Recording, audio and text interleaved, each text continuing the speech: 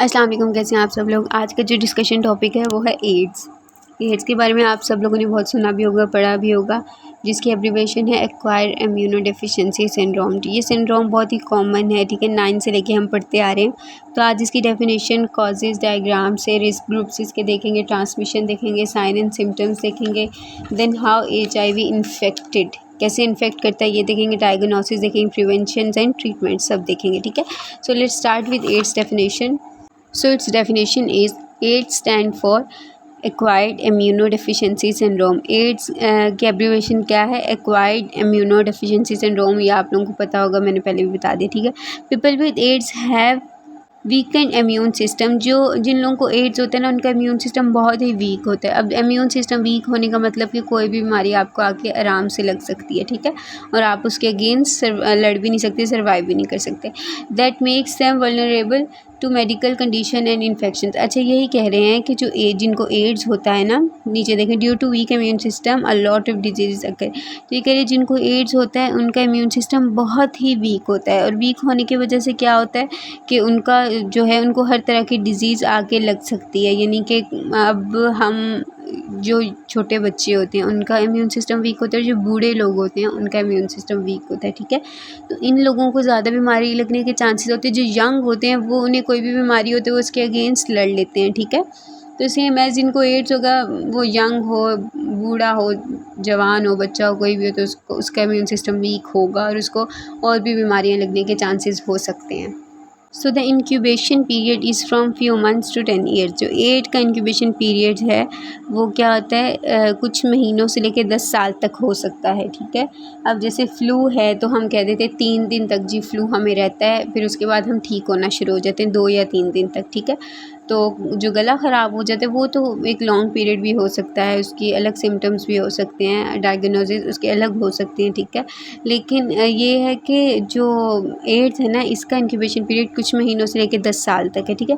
About 37.9 million people living with HIV। HIV means human immuno deficiency virus. ये वो virus है जिसकी वजह से एड्स होता है, and AIDS means acquired immunodeficiency syndrome.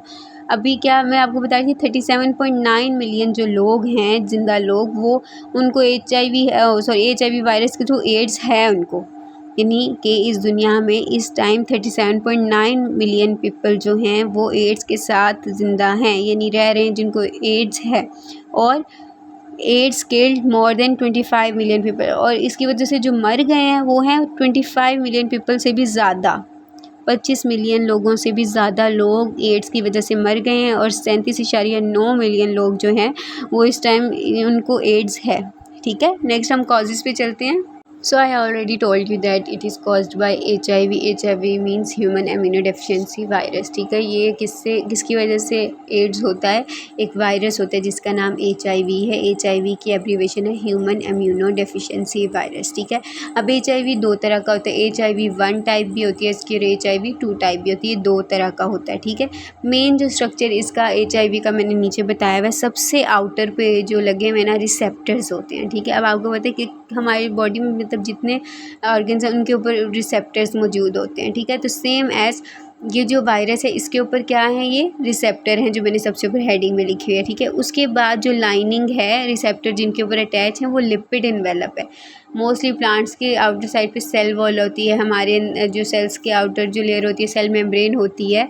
तो इस वायरस की जो आउटर लेयर है वो लिपिड इन्वेलप है, ठीक है, लिपिड इन्वेलप। उसके बाद ये जो सर्कल गोल गोल गोल करके ना एक राउंड सा बना हुआ है, तो ये क्या है, स्ट्रक्चरल प्रोटीन। मतलब इस वायरस में स्ट्रक्चरल प्रोटीन भी होती है, लिपिड का इन्वेलप भी होता है, और आउटसाइड पे रिसेप्टर्स भी मौजूद होते हैं, ठीक है। और ये जो रेड कलर का है ये 2 स्ट्रैंड्स ऑफ ये RNA सिंगल स्ट्रैंड को हम कहते हैं, और डबल स्ट्रैंड को DNA कहते हैं। तो इसमें RNA होता है लेकिन 2 RNA प्रेजेंट हैं, ठीक है। 2 स्ट्रैंड्स ऑफ RNA, 2 स्ट्रैंड्स। अब ये मत समझिएगा कि 2 स्ट्रैंड्स हैं तो DNA है, बल्कि सिंगल 2 स्ट्रैंड्स मौजूद हैं RNA के, और उसके ऊपर RNA के ऊपर क्या, एंजाइम्स मौजूद होते हैं। ये सिंपल सा स्ट्रक्चर है, ये लाजमी जहन में रखिएगा। टाइप्स इसकी 2 हैं, HIV 1 एंड HIV 2, और आगे इसका स्ट्रक्चर। देन देखते हैं रिस्क ग्रुप कौन से होते हैं। Risk groups for HIV infection. अच्छा, कौन से ऐसे ग्रुप्स होते हैं, कौन से ऐसे लोग हैं जिनको HIV ज़्यादा हो सकता है, ठीक है, तो एड्स हो सकता है। तो या तो HIV के थ्रू इन्फेक्शन हो सकता है। First one is sex workers. Sex workers आप लोगों ने सुना होगा, मतलब इंडिया वगैरह में मोस्टली ज़्यादा होते हैं। तो सेक्स वर्कर्स हैं उनको ज़्यादा हो जाता है। ट्रांसपोर्ट वर्कर्स, ट्रांसपोर्ट आप ट्रांसपोर्ट करते हैं, रास्ते में आते हैं जाते हैं, ठीक है, तो ऑब्वियसली किसी का हाथ लग जाता है, किसी कुछ भी हो जाता है जिसके या तो टीयर्स, आँखों आंसू होते हैं ना, उनमें भी ये ट्रांसमिशन इसका प्रोसीजर है कि उसके थ्रू भी ट्रांसमिट हो जाता है एक जगह से दूसरी जगह। तो नहीं पता होता, कोई आंसू साफ करे, हाथ आपको लग जाए तो भी आपको हो सकती है। नहीं, इतनी कॉमनली जो है ट्रांसमिट हो जाता है एक जगह से दूसरी जगह। तो ट्रांसपोर्ट वर्कर्स, सेक्स वर्कर्स, इनको होता है। हेल्थ केयर वर्कर्स, जो हेल्थ केयर वर्कर्स होते हैं उनको होता है। मिलिट्री एंड पुलिस वगैरह ऑब्वियसली ये ज़्यादा पब्लिक एरियाज़ में होते हैं, लोगों को हाथ वगैरह लगता है, या तो ऐसे एरियाज़ में होते हैं जहाँ पे बहुत सी बीमारियाँ वगैरह भी होती हैं। बहुत से ऐसे लोग भी गुजरते हैं जो बीमार होते हैं, हम फिज़िकली देख के तो नहीं ना लगता, अपीयरेंस उनकी ऐसे नहीं लगता कि वो बीमार है, लेकिन होते हैं। तो इसके थ्रू भी इन लोगों को ज़्यादा चांसेस होते हैं HIV इन्फेक्शन होने के, और HIV इन्फेक्शन के थ्रू इनको क्या हो जाएगा, एड्स। नेक्स्ट देखते हैं ट्रांसमिशन इसकी। सो HIV is found in blood, blood में होता है semen and CSF, breast milk. अच्छा, ब्रेस्ट मिल्क से अब देखें मदर्स में होता है, ठीक है। तो अब बेबी जो फीड करते हैं, बच्चे जो फीड करते हैं, मदर फीड पे होते हैं, तो उस मिल्क से क्या होता है, उन बच्चों में भी ट्रांसमिट हो जाता है एड्स, ठीक है। और बहुत छोटे बच्चे होते हैं, इसलिए मदर को एटलीस्ट ड्यूरिंग प्रेगनेंसी अपना प्रॉपर इलाज करना चाहिए। हर चीज़ उनको पता होनी चाहिए कि उनमें क्या किस किस्म की डिज़ीज़ है। और इस तरह की ये जो डिज़ीज़ होती है ना, ये जनरेशन टू जनरेशन आगे जाती हैं, ठीक है। तो ये ब्रेस्ट मिल्क के थ्रू भी हो जाता है। सिलाइवा, आपका जो सिलाइवा है उसके थ्रू भी हो जाता है। टीयर्स, मैंने आपको बताया था। Urine, only blood and semen have been conclusively shown to transmit virus, ठीक है। अच्छा, ये सब चीज़ें हैं जिनके थ्रू जो है HIV इन्फेक्शन हो जाता है। HIV वायरस एक इंसान के ज़रिए दूसरे इंसान तक ट्रांसमिट हो जाता है, ठीक है। फर्दर इसके देखें sign and symptoms. So first one headache होता है, सर दर्द होता है। जैसे हेडेक होता है, न्यूरोपैथी, मतलब दिमाग का जो मसला है उसमें आपको सर दर्द होना स्टार्ट हो जाता है, ठीक है। माउथ में आपको प्यास वगैरह बहुत ज़्यादा लगती है। जो स्प्लीन है वो इनलार्जमेंट हो जाती है, उसका साइज़ बड़ा हो जाता है, ठीक है। और वॉमिट वगैरह स्टार्ट हो जाती है, और रैशेज़, एलर्जी वगैरह इस तरह की हो जाती है। सारे लिखे मैं आपको एक ही दफ़ा बता रही हूँ, ठीक है। सिस्टमेटिक्स में आपका वेट लूज़ होना शुरू हो जाता है, आपका वज़न एकदम कम होना शुरू हो जाता है, बुखार होता है आपको, ठीक है। उसके अलावा आपके जो लिम्फ नोड्स हैं वो स्वेल होना शुरू हो जाते हैं, मसल्स जो हैं वो वीक होना शुरू हो जाते हैं, लिवर का साइज़ बड़ा हो जाता है।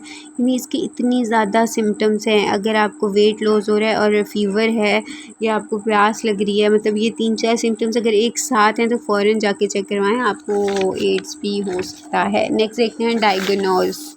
मैनी मेथड्स और टेस्ट टू डायग्नोज एड्स और HIV, ठीक है। बहुत से मेथड्स होते हैं जिनके थ्रू हम अंदाज़ा लगा सकते हैं, डायग्नोज कर सकते हैं कि इसको कौन सी बीमारी, एड्स है या इसको HIV इन्फेक्शन है, ठीक है। एक ही बात है, ठीक है। 2 मेथड्स होते हैं मेन, जो एक डायरेक्ट मेथड होता है और एक इनडायरेक्ट मेथड होता है, ठीक है।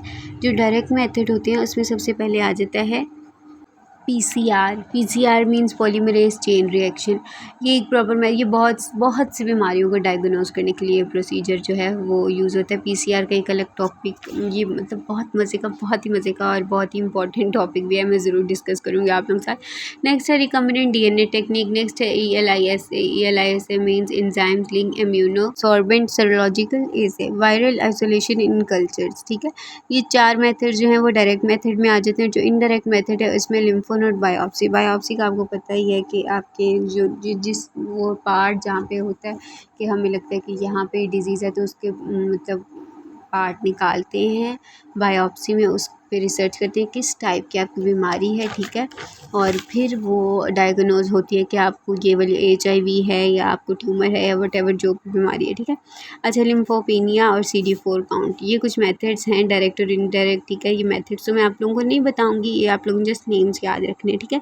नेक्स्ट प्रिवेंशन देखते हैं। सो प्रिवेंशन में सबसे फर्स्ट आ जाते हैं awareness about use of condom, use of shaved needles. अच्छा, याद रखें कभी भी कोई शेव की होती है किसी ने, ठीक है, तो वो सेफ्टी वेयर आप लोग मत यूज़ करें। उससे ये होता है कि ये विद इन सेकेंड जो है जर्म्स ट्रांसमिट हो जाते हैं। ऑब्वियसली ड्यूरिंग शेविंग जो है ब्लड भी निकल आता है, ठीक है, और उस दौरान वो ब्लड, आपको मैंने बताया ब्लड से ट्रांसमिट होता है HIV इन्फेक्शन। तो वो ब्लड जब लगा हुआ है उस पर आप वॉश भी कर लेते हैं, अपना यूज़ करें ना भाई। जो ब्लड भी होता है उसमें कहीं ना कहीं जो है जर्म्स होते हैं और वो फिर आपको लगते हैं और आपको भी इन्फेक्शन होने के चांस। ये छोटी छोटी चीज़ें हैं जिसको आपने नोटिस नहीं करते और फिर बड़ी बड़ी बीमारियाँ हो जाती हैं। नेक्स्ट है donor blood should be screen for HIV। अच्छा, जब आप ब्लड देने जाते हैं ब्लड बैंक में तो आपसे ब्लड लिया जाता है और नेक्स्ट फर्दर दिया जाता है किसी को, ठीक है। तो आप लोगों को पता होना चाहिए कि आपको कोई बीमारी नहीं है, ठीक है। मोस्टली नहीं लेते ऐसा ब्लड।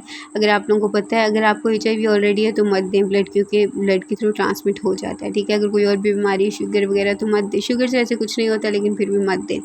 नेक्स्ट है strict sterilization techniques in hospital, specially in hospitals जो है स्टेरिलाइजेशन की स्ट्रिक्टली टेक्निक्स होनी चाहिए, सफाई की, हर चीज़ की, यानी कि वहाँ पे इतने ज़्यादा जर्म्स ना हो। मोस्टली बच्चे या कोई भी जाता है तो ये ना हो कि वो एक बीमारी लेके जाएँ 10 लगवा लें।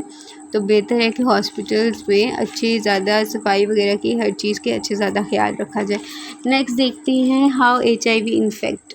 देखिए, मैंने आपको बताया था कि इन वायरस के ऊपर रिसेप्टर्स मौजूद होते हैं। जब ये बॉडी में एंटर होने लगते हैं ना, तो ये रिसेप्टर आपको नज़र आ रहा होगा, लाइन मैंने मिड में लगाई हुई है, ठीक है। ये रिसेप्टर क्या करता है, बॉडी पे जाके पहले अटैच होता है, ठीक है। हाँ, अटैच होता है। अगर याद रखिएगा कि अगर बॉडी पहले ही रेजिस्टेंट है HIV के थ्रू, यानी कि अगर आपको पता है कोविड के अगेंस्ट हम लोगों ने पहले ही इंजेक्शंस वगैरह या डोज ले ली थी उसकी, ताकि हमें ना हो, ठीक है। तो सेम एज़ अगर HIV से वो पहले ही कोई इंसान रेजिस्टेंट है, तो HIV वायरस फॉर एग्जांपल मेरे पास आता है, मैं ऑलरेडी रेजिस्टेंट हूँ, तो वो आगे मेरे ऑर्गन्स के साथ अटैच ही नहीं हो सकता, डिटैच हो जाएगा। अटैच ही नहीं होगा तो कैसे ट्रांसमिट होगा मेरे अंदर, हो ही नहीं सकता, ठीक है। लेकिन अगर रेजिस्टेंट नहीं है बॉडी, तो क्या करेगा, ये अपना रिसेप्टर आके बॉडी के ऊपर अटैच, को रिसेप्टर होते हैं बॉडी के ऊपर, मतलब सेल्स के ऊपर को रिसेप्टर्स मौजूद हैं। ये अपना रिसेप्टर ला के उस को रिसेप्टर के साथ अटैच करवा देगा, ठीक है। अटैच करवा देगा जैसे कि डायग्राम में आपको नज़र आ रहा है। वहाँ पे मैंने DNA बनाई है, बॉडी के अंदर DNA मौजूद है, ये बाहर सेल है, ये लाइंस जो लगी हुई है, CD4 जो है ना, ये रिसेप्टर आके बॉडी के को रिसेप्टर के साथ अटैच हो जाएगा। जैसे कि ये देखिए, HIV use more than one receptor for attachment to move inside the cell, ठीक है। HIV क्या करता है, एक या एक से ज़्यादा रिसेप्टर यूज़ करता है अटैचमेंट के लिए, सेल के अंदर जाने के लिए, ठीक है। द मोस्ट कॉमन को रिसेप्टर इज CXCR4, जो इस कॉमनली जो ये को रिसेप्टर जिसका अटैच होता है, ठीक है, वो कौन सा है, CXCR4, ठीक है, जिसको T सेल्स भी कहते हैं, और CCRS। और ये दो जो को रिसेप्टर्स हैं, इनके साथ जाके क्या है, HIV का रिसेप्टर जो है वो अटैच होता है, ठीक है। If the host cell is resistant from HIV can't attach with host cell body, ठीक है। वही बात है कि अगर बॉडी जो है वो ऑलरेडी रेजिस्टेंट है HIV से, तो HIV अटैच नहीं होगा।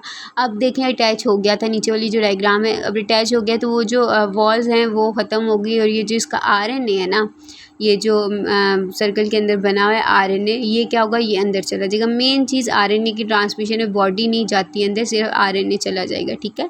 अब RNA अंदर सिंगल स्ट्रैंडेड RNA था, रेट्रोवायरस, ये रेट्रोवायरस यानी कि वायरस का जो RNA था सिंगल स्ट्रैंडेड, वो बॉडी के अंदर आ गया। बॉडी देखें बाहर ही अटैच हुई है, सॉरी, तो RNA अंदर आ गया। इसने क्या किया, जो DNA बॉडी का है ना, ह्यूमन बॉडी का, ठीक है, या कोई भी लिविंग बॉडी जिसको वो वायरस जो है इन्फेक्ट करने आया, ठीक है, उस DNA जो है, उस DNA के साथ RNA अटैच हो जाएगा, ठीक है। उस RNA जब DNA के साथ अटैच हो जाएगा तो वो इन्फेक्टेड हो जाएगा। जैसे नेक्स्ट डायग्राम में देखते हैं, ये देखें वो अटैच हो गया, उसके साथ ये जो रेड रेड लाइंस मैंने बनाई हुई है ना, ये रेट्रोवायरस की, यानी कि ये वायरस का RNA है, वो बेसिस हैं जो अटैच हुई हैं DNA के साथ।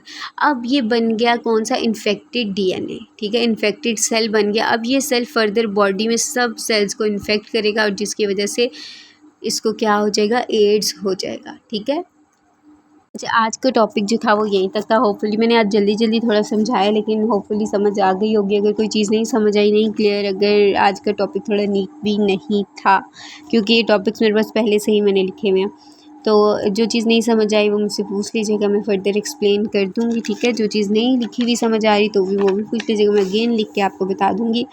चैनल को लाइक, सब्सक्राइब एंड शेयर कीजिएगा। कोई न्यू फर्दर टॉपिक आप लोगों ने पढ़ना हो तो मुझे बता दीजिएगा, मैं उस पर लेक्चर आपको दे दूँगी। दुआ में याद रखिएगा। जज़ाकल्लाह खैर।